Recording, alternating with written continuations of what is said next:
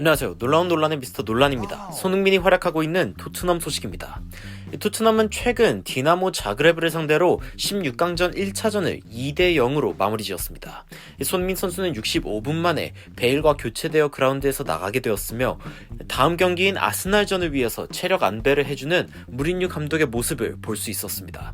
워낙 거친 몸싸움으로 저항했던 상대에게 주요 선수 부상을 당하는 위험을 감수할 이유가 전혀 없었던 무린유는 손흥민 외에도 케인, 알리, 라멜라, 은돔벨레 등을 모두 교체 아웃시키며 베르바인, 비니시우스 등 뛰지 못했던 선수들이 뛰게 해주는 장면을 볼 수 있기도 했습니다. 이로써 토트넘은 홈에서 무실점 2점차 승리로 상대에게 적지 않은 부담을 안겨주는데 성공했습니다. 하지만 최근 유로파 경기를 포함해서 5연승을 하고 있는 토트넘에게 이 부담을 느끼는 건 유로파 16강전 상대뿐만은 아닙니다. 토트넘의 다음 경기 상대는 아스날인데요. 아스날의 감독인 아르테타는 현재 실수투성이인 아스날의 수비진이 현재 리그에서 가장 특별한 토트넘 트리오인 손흥민, 케인, 베일을 만나게 될 것에 대해서 잔뜩 경계하는 모습을 보이기도 했으며 외신에서는 최근 토트넘의 최전방이 얼마나 좋은 활약을 펼치는지 강조했습니다. 자세한 내용으로 바로 들어가 보시죠. 아스날의 감독인 미켈 아르테타는 올림피아코스 원정 경기에서 2점차 승리를 거두었지만 아쉽게도 한 골을 실점하는 상황이 발생했습니다. 상대팀의 유효 슈팅이 단 2개 있었지만 그중 하나가 골로 연결된 상황인데요.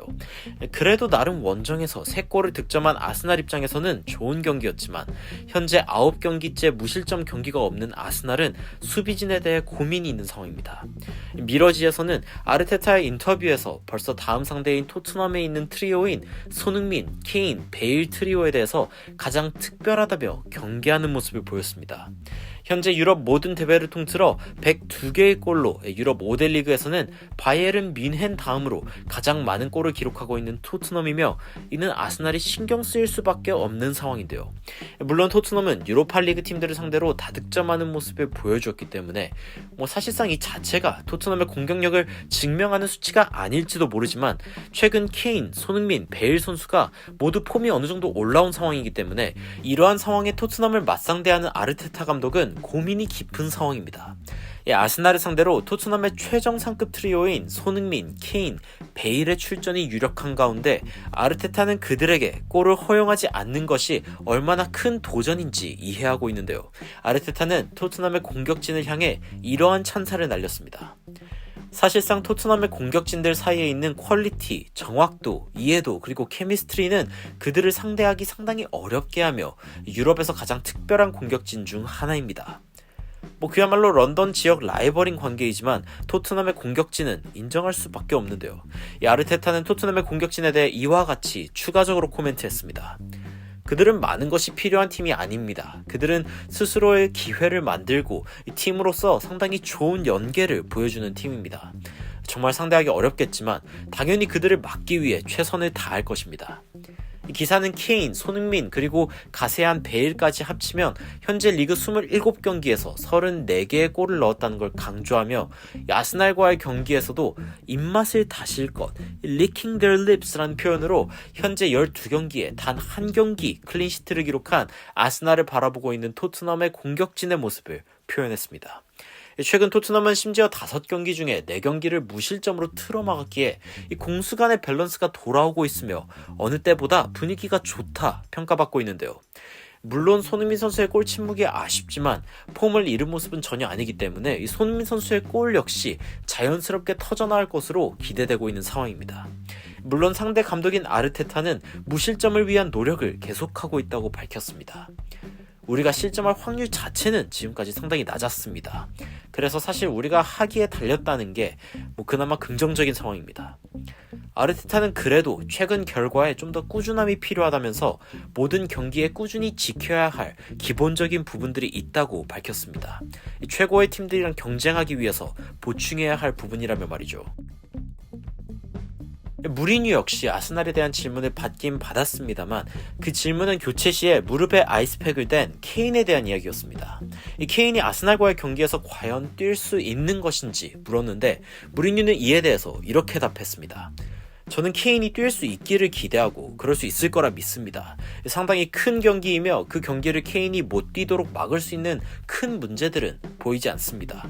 하지만 내일 다시 알려드리도록 하겠습니다. 이 댄 킬패트릭 기자는 케인이 아이스팩을 대고 있다는 사실을 토트넘 팬들에게 알리고는 다시 아이스팩을 떼었다면서 큰 문제가 아니라고 실시간으로 SNS로 알리기도 했는데요. 이 토트넘의 수비진은 애초에 주전으로 고정된 선수가 없었지만 이는 적절한 로테이션의 효과도 있었으며 이번 경기에선 공격진 전체를 교체해버리며 다음 경기를 위한 체력 분배를 확실히 했습니다. 그야말로 토트넘 선수들이 벼르고 있을 아스날전이 터라 재밌는 경기가 예상되네요.